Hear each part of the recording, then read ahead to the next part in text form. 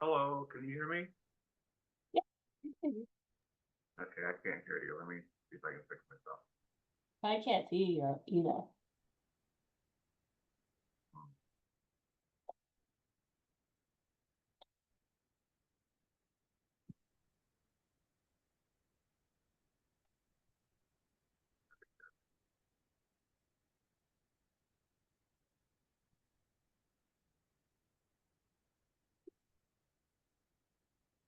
Testing, testing.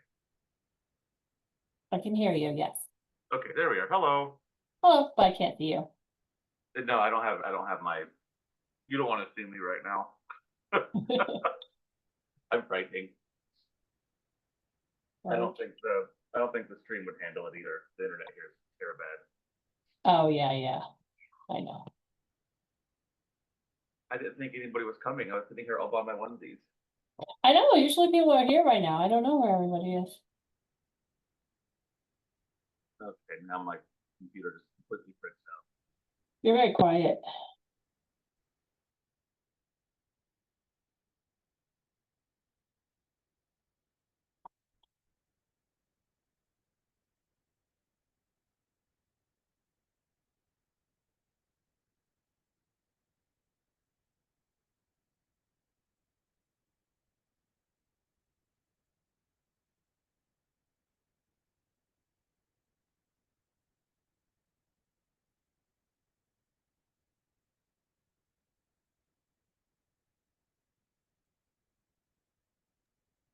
Okay, let's try this. Oh yeah, that's much better.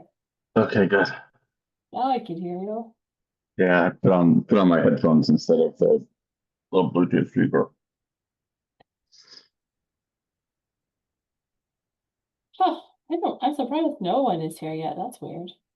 Yeah.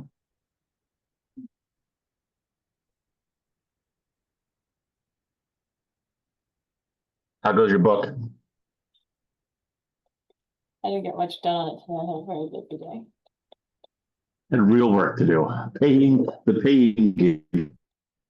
Oh, so speaking of paying gigs, I got a text from Roy this morning, and Oh, he was telling me that the B Tree people emailed him and tried to entice him away from CDM.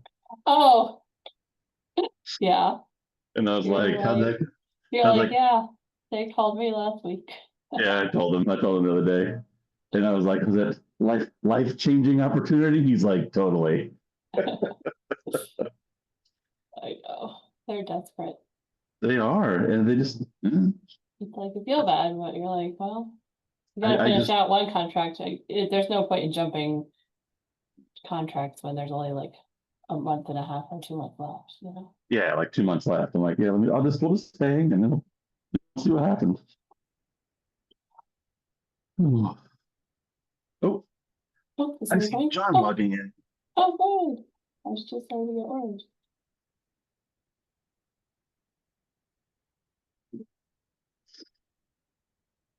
With no faces. Uh-oh. Oh, and Harold, everybody's here.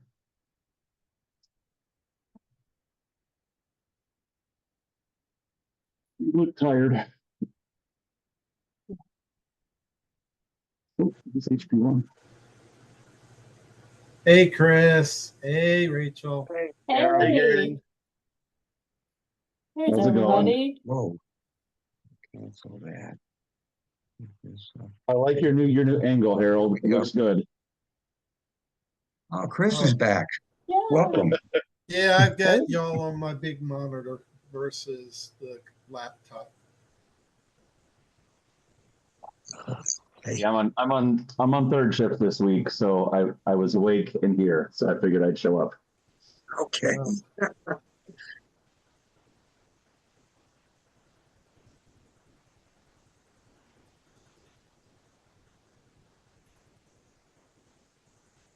So Harold, I've always been meaning to ask you, is that actually a turntable back there behind you?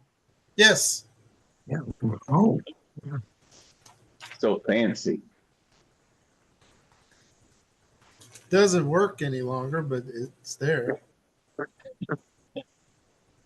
Just a reminder of simpler days. It's a turntable, 8-track player, and cassette player all in one. Wow. Oh, Yeah. Ready You have a for, rotary dial phone? I actually have a push button desktop phone in the guest room that's not hooked up to anything.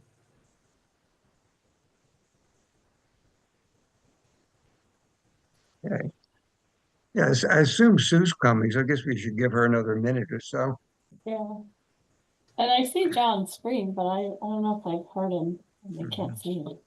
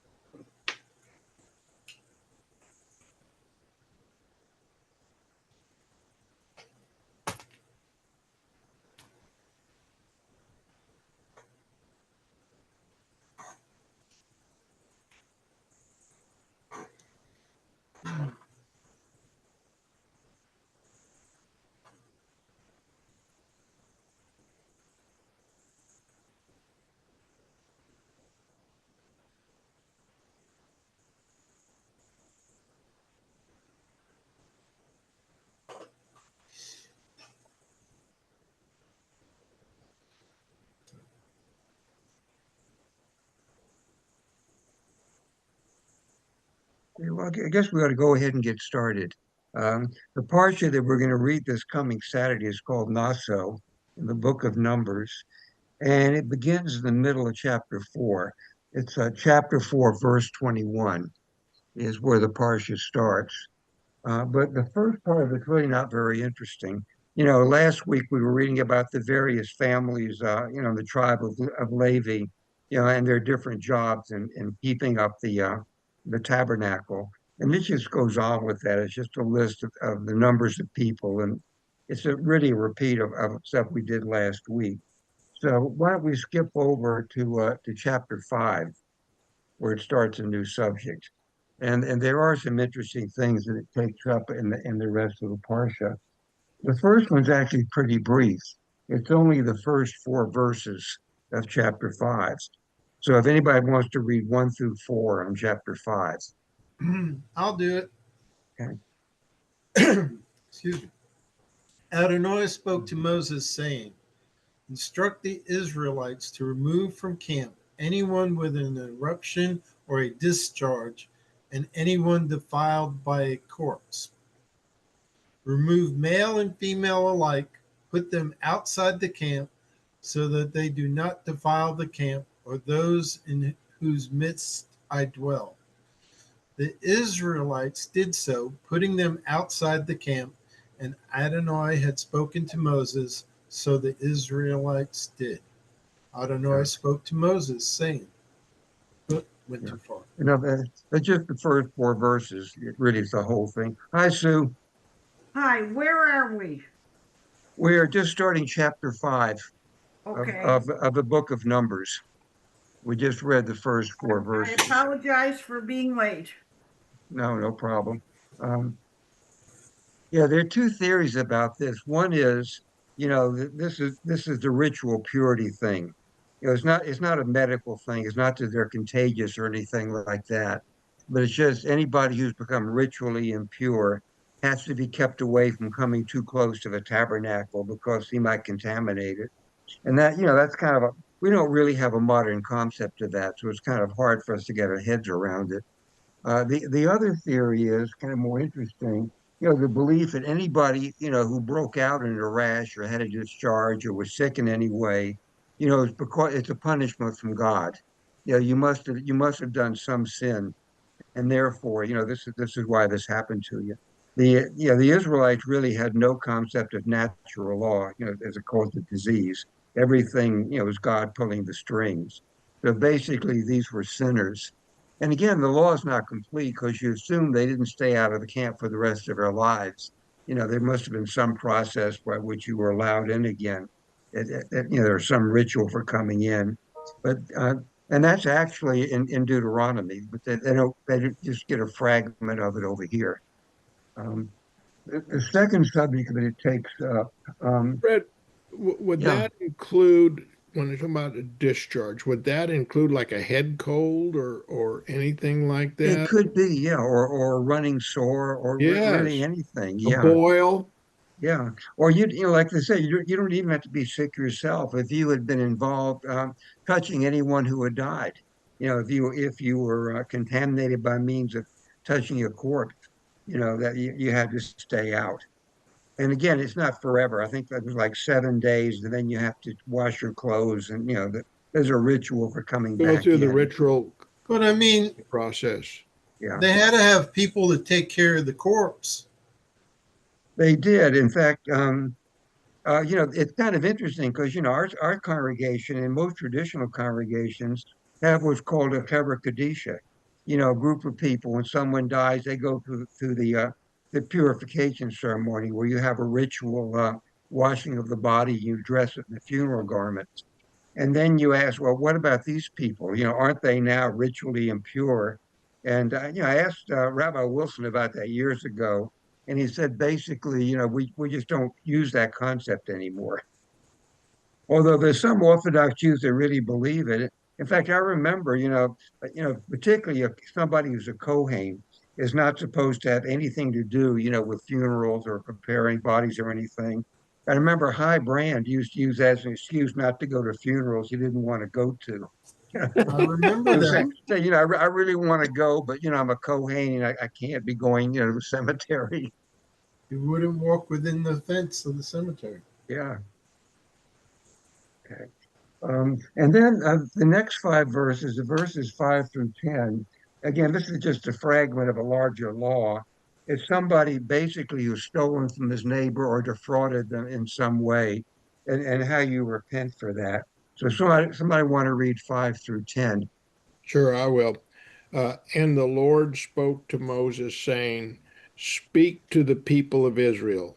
When a man or woman commits any of the sins that people commit by breaking faith with the Lord, and that person realizes his guilt, he shall confess his sin that he has committed, and he shall make full restitution for his wrong, adding a fifth to it and giving it to him to whom he did the wrong.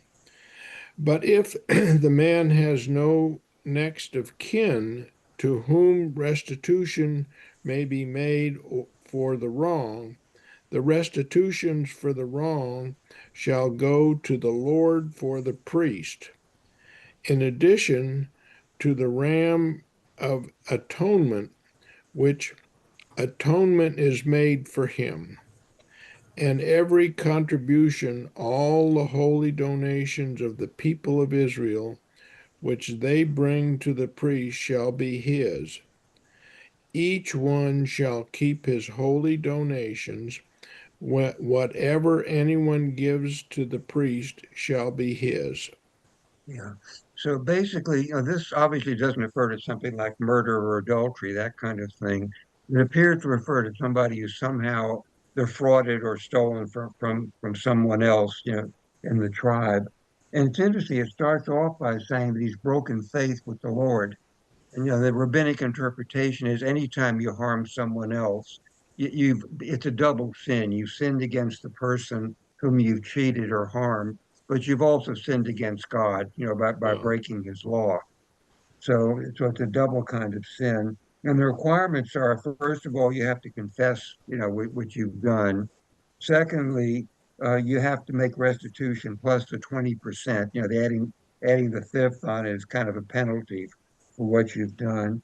And then the last part's kind of odd because it says that if the victim is no longer living, which means this must have happened much later. This is it's not like you wrong somebody today and then you decide tomorrow or the day after they're going to repent for it. And if the guy's no longer living, it sounds like something that happened in the past and it's been on your conscience, and now you finally want to, to clear the slate with it.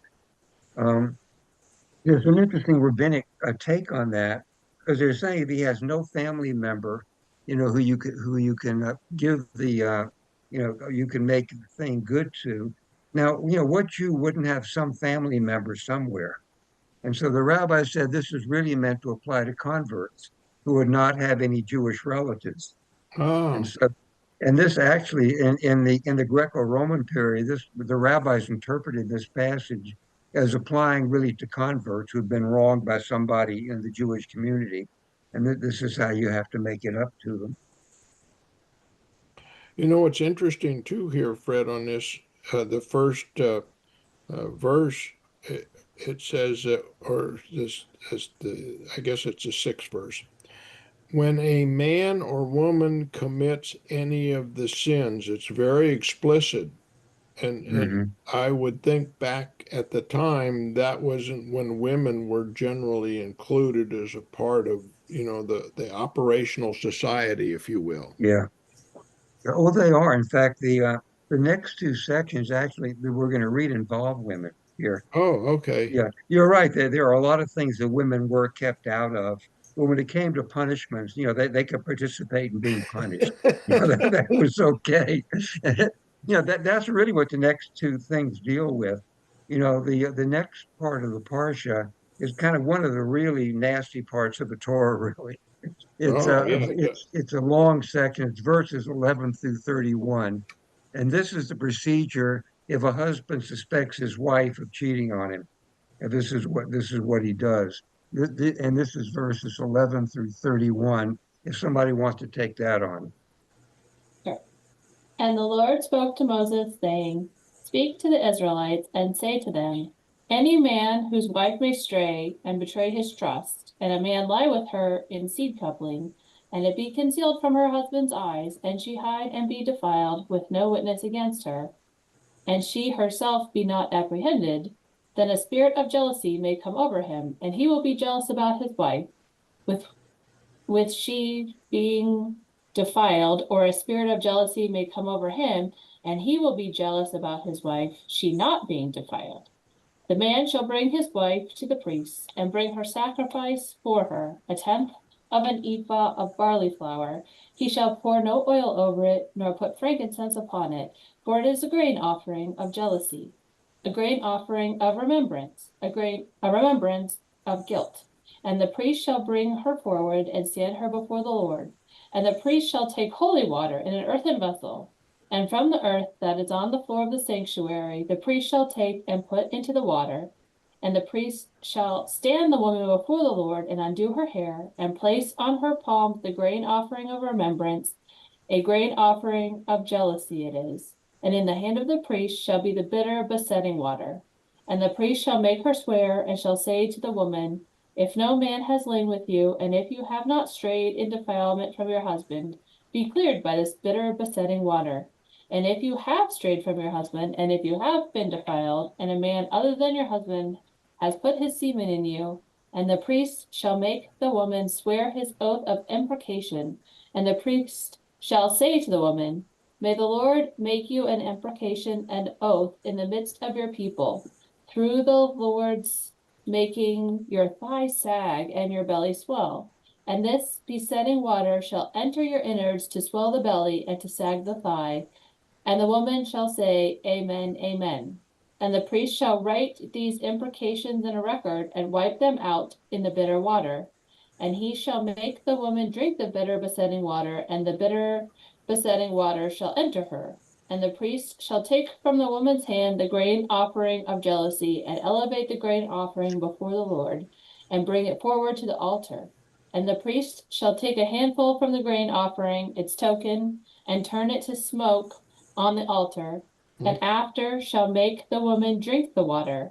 Once he has made her drink the water, it shall come about that if she was defiled and betrayed her husband's trust, the besetting water will enter her as bitter, and her belly will swell and her thigh sag, and the woman shall become an imprecation in the midst of her people.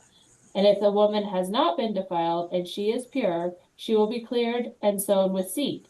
This is the teaching of jealousy. Should a woman stray from her husband and be defiled, or a man over whom a spirit of jealousy may come and he be jealous about his wife? The priest shall stand her before the Lord and do to her all this teaching, and the man shall be clear of guilt, and that woman shall bear her guilt. So, well, the first question that comes up is, what about a woman who suspects her husband of cheating on her? And the Torah doesn't go into that at all. The only way it works is if a man suspects his wife of cheating.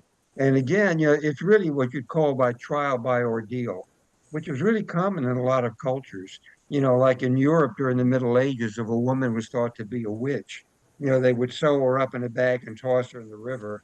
And, it was very clever. If she sank and drowned, then she was innocent. If she floated, then she was guilty. But there are a number of cultures that have the same kind of trial by ordeal, kind of thing. But if you look at the way they do this, it's really kind of a psychological thing. First of all, the woman is left alone with the priest, which is kind of scary to begin with. He takes off her head covering, which in that culture, really makes her feel much more vulnerable. Women always kept their heads covered then, just like Muslim women wear the hijab now. And so, the idea is to get her frightened and psychologically off balance. When you think about it, she's drinking some water that has some dirt, from the ground and some ink from that a scroll of curses in it.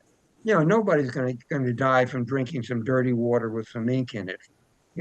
It's really a psychological thing. The idea is to get her so frightened, and that she'll confess. Because there's no other way of really knowing. What's going to happen, about her belly swelling and her thigh falling. Nobody exactly knows what this means. Um, Probably the word used for thigh also is used for the genital, and it may very well be that she can bear no more children.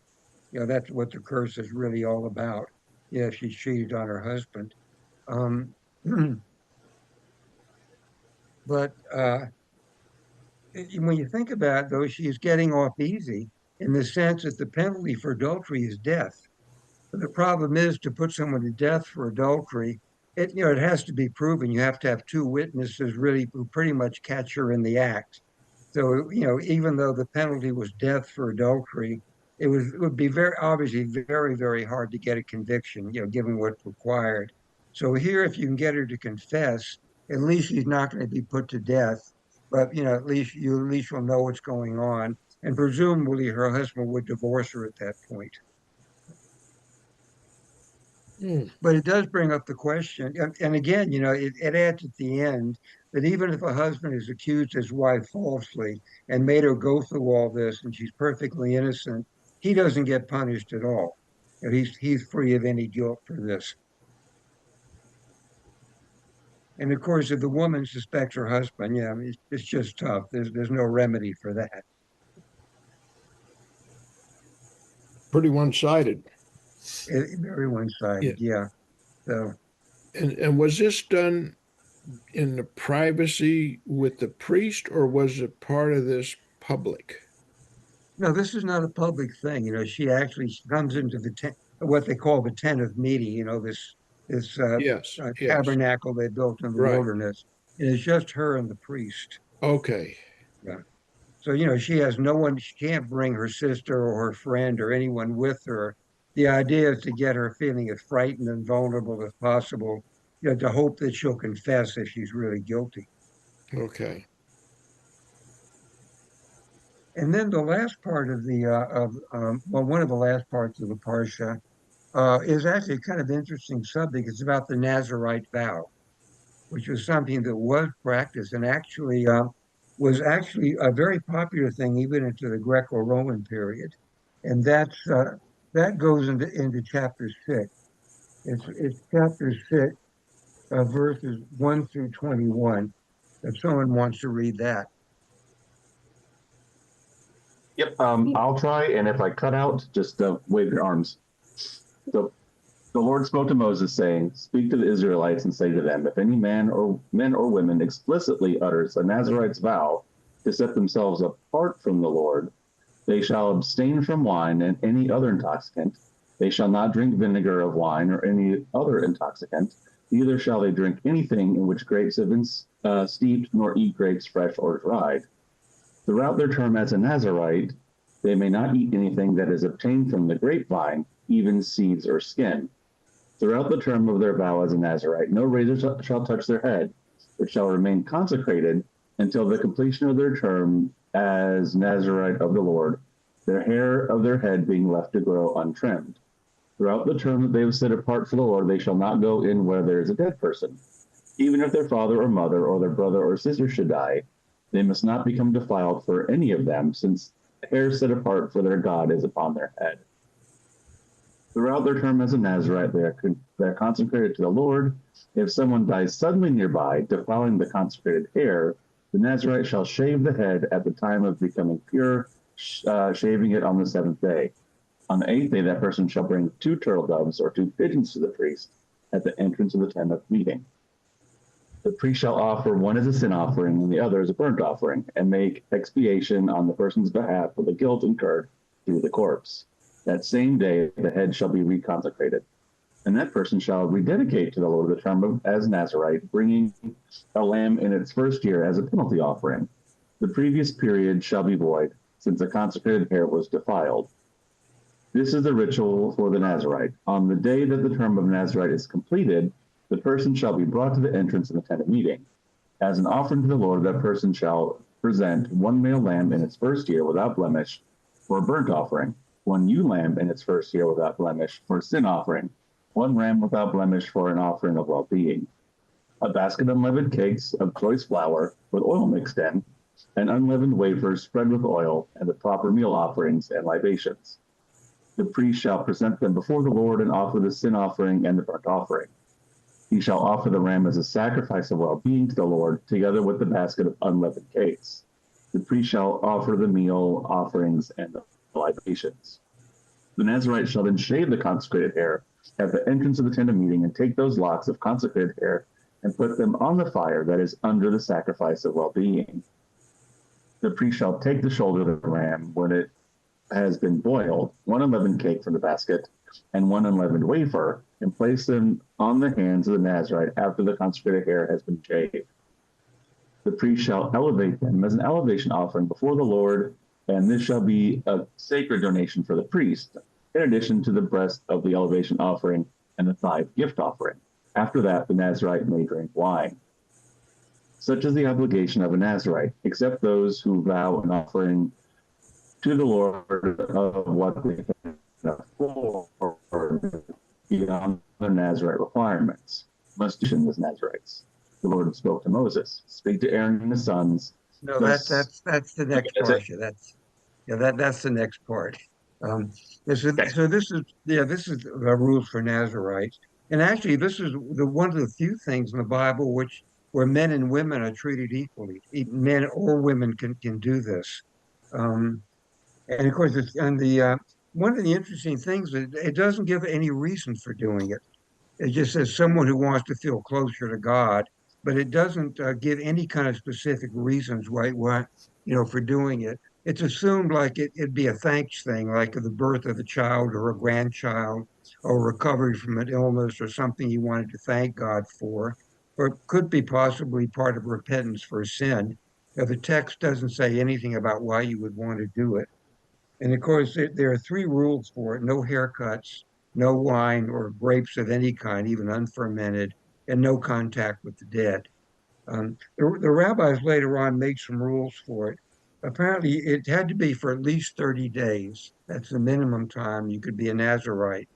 And the limit was 7 years. You could not be a Nazarite for more than 7 years. Um, Although there were a couple of people in the Bible who apparently were lifelong Nazarites. One of them was the prophet Samuel. Remember the story where his mother Hannah, goes for years without being able to have a child, and she promises the priest Eli, that if God will give her a child, she'll dedicate it to the service of God. And that's what happened. Samuel is born. As soon as he's weaned, she brings him to Eli the priest. Eli raises him, and he dedicates his life to the service of God. The only other lifelong Nazarite, of course, was Samson. And he was actually, a Nazarite from birth. With his story, the angel visits his mother while she's pregnant with him and tells her, your son will be a Nazarite from birth. No more drinking during pregnancy. Um, starting early, because that one didn't work out all that well.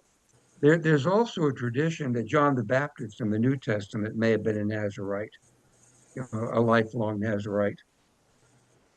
And of course, the whole thing ended, with the destruction of the temple in the year 70, because, as you read, it requires all these temple rituals as part of it. And so once the temple was no longer standing, the whole Nazarite thing stopped, at that point. I mean, I've always really wondered about this because, you're really not doing anything that's that difficult. All you're doing is just, going on the wagon for a month, not getting a haircut, essentially. It's not as if you were really doing anything difficult. Or I've never really understood the whole process. The symbolism of cutting the hair, maybe that was the big shtick in all that. It could have been, there are a lot of cultures where, a man's strength, or Samson's the obvious example, but where a man's strength, was related to his hair. Um, you in fact, it's interesting. One of the modern commentators says, remember during the 60s, when one of the signs of rebellion, if you were a teenager or a college kid, was to let your hair grow long. Very often, people who didn't like intellectuals would say, well, that's a long hair thing. Yeah. So hair does play a part in certain cultures. Uh, but again, it just never impressed me. It just didn't seem like you were doing all that much, to become a Nazarite. You're not really changing your life all that much. The only other example, really, in the Bible, I think, is somebody where their hair was really important. You remember King David, his son Absalom. The book of Kings or the book Second Samuel relates Absalom had this very long, thick head of hair, which he was very proud of. In fact, I think he weighed it every year. It was that heavy. And, he rebels against his father, tries to take the throne away from David. And during the battle, he's against David's general Joab. He's losing, and he tries to run away from the battle. And as he's fleeing on his horse, he's bouncing up and down of the horse, and his hair gets caught in the limbs of a tree. Oh The yeah. horse rides on, and he's left hanging, by his hair. And Joab's guys catch up with him and use him for target practice, essentially. That's the only other uh, example where hair really plays a major part in the Bible. Although one commentator points out it figures in the story of Jacob and Esau. Because you remember when Jacob and his mother Rebecca, devised this plan to fool Isaac and get the birthright, for Jacob. Jacob says, it'll never work. I know my father can't see, but he'll feel me. And I'm smooth skinned, and my brother Esau is a really hairy guy. And so, Rebecca takes some animal skins, and ties them around, Jacob's arms and neck.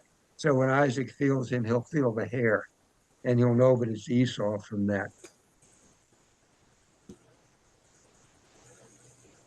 And then it ends really with one of the most beautiful parts of the Bible. There's a very short ending there, and that, of course, is the priestly blessing.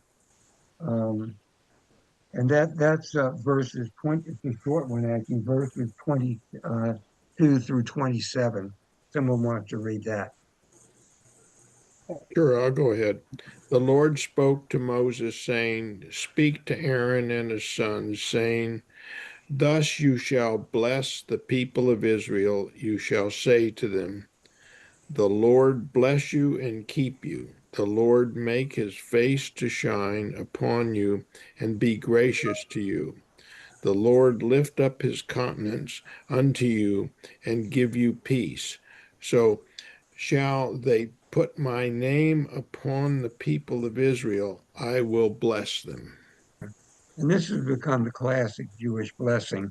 It's made part of the Amidah, which is part of every service included in that. Many congregations on the high holidays, on Rosh Hashanah or Yom Kippur, any members of the congregation who are Kohanim will often get up on the bima and read this, bless the congregation as part of the service. This is really the classic priestly blessing it's still used today. And the rest of the parsha really, again, gets really boring because that's chapter 7, which kind of ends the parsha. And what's happening here is, as it says, it came to pass on the day that Moses had made an end to setting up the tabernacle, and it anointed it and sanctified it and all the furniture thereof, and the altar and all the vessels thereof, and had anointed them and sanctified them. And the princes of Israel, the heads of their fathers' houses, offered. And these were the princes of a tribe. These were among over them that were numbered. And they brought their offering before the Lord. And the rest of the chapter, just a long list of all the gifts that they brought to the sanctuary. Um, and actually, it's interesting. We're on the third lap of the triennial cycle this year. So this is the actual reading. All we're going to be reading this coming Saturday morning is chapter 7. We're not going to read anything about the Nazarite vow or the woman, who's suspected of adultery. And so this, in a sense, is probably the most boring Torah reading of the entire year if we do it now. The only good thing about it is if you're doing the reading, it's the easiest one to read. Because if you actually read it, they go tribe by tribe. Um, and every tribe brings the same thing, exactly the same offering. So what you're basically doing when you read this Torah section, you're reading the same paragraph 12 times, with a different name at the beginning of each paragraph. So it's on one hand, it's one of the most boring Torah readings of a whole year. On the other hand, it's one of the easiest Torah readings of a whole year.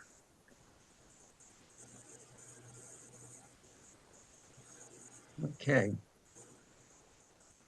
Um, and any questions, comments about anything we covered? But that's a pretty generous offering when you read through here. Oh yeah, it's a Uh, huge. It's silver and gold and animals Yes, and all that's what I'm kind of good saying. stuff. This Yeah. is isn't your everyday citizen. These are the leaders of the community, I would Yeah, guess. it lists the name of the head of each tribe, Yeah, when they come in. But the odd thing is everyone brings exactly the same thing. It's not that each tribe had a different offering. So you really are just reading the same paragraph 12 times once you get into it. Um, there are And they could have just as well said, this is the offering that each head of a tribe brought and just done the whole thing once. But I guess that, they wanted to give each tribe full honor. So they had to list the whole thing for every tribe, even though it was exactly the same as every other tribe.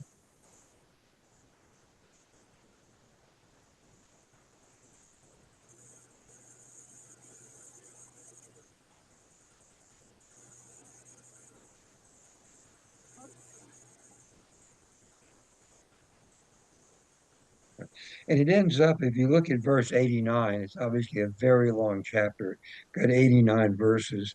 But you look at the very end of chapter 789.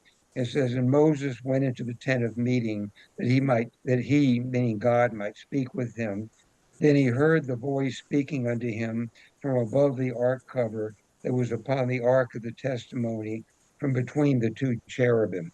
And then he spoke to him. So this apparently was the Holy of Holies, a real focal point of the whole sanctuary, where the Ark of the Covenant was, and these two cherubim that were on top of it, facing each other. That's where Moses apparently went to speak with God. And of course, uh, the Haftorah, for every Torah portion, there's always something read from somewhere else in the Bible, from the prophets or somewhere else, that's linked some way to the Torah reading. And so actually the Haftorah reading, the prophetic reading, is the story of Samson, which fits in with the Nazarite thing that we read about in the Torah thing. So basically, the Haftorah reading is chapter 13 of the book of Judges. It talks about how the angel visits Samson's mother and tells him that his son is going to be a Nazarite. Um, and again, Samson, of course, breaks his Nazarite vow, one by drinking, and secondly by letting Delilah cut his hair off. And of course, he comes to a bad end. And so did everybody else. Pretty much, yes. Yeah. So, and, so a Nazarite was not necessarily really a righteous person. I mean, Samson, he was a youthful tool for fighting the Philistines, but he was not really what you'd call a godly person. I mean, being a Nazarite didn't automatically make you a pious or a righteous person. And Samson, would be an example of that.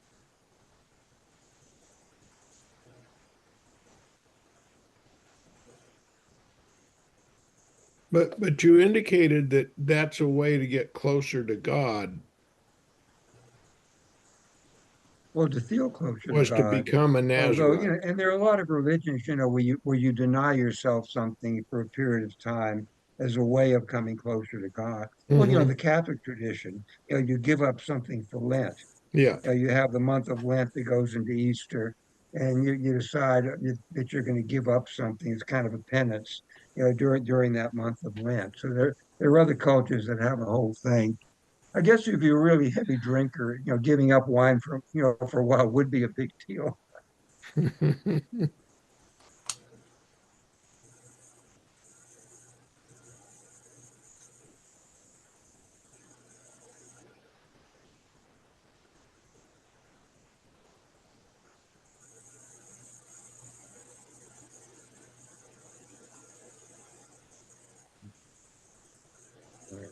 And next week, actually, the parsha is called Be'alachdecha, and it's got a few interesting things. And actually, there's one thing in there that most Jews don't really know about.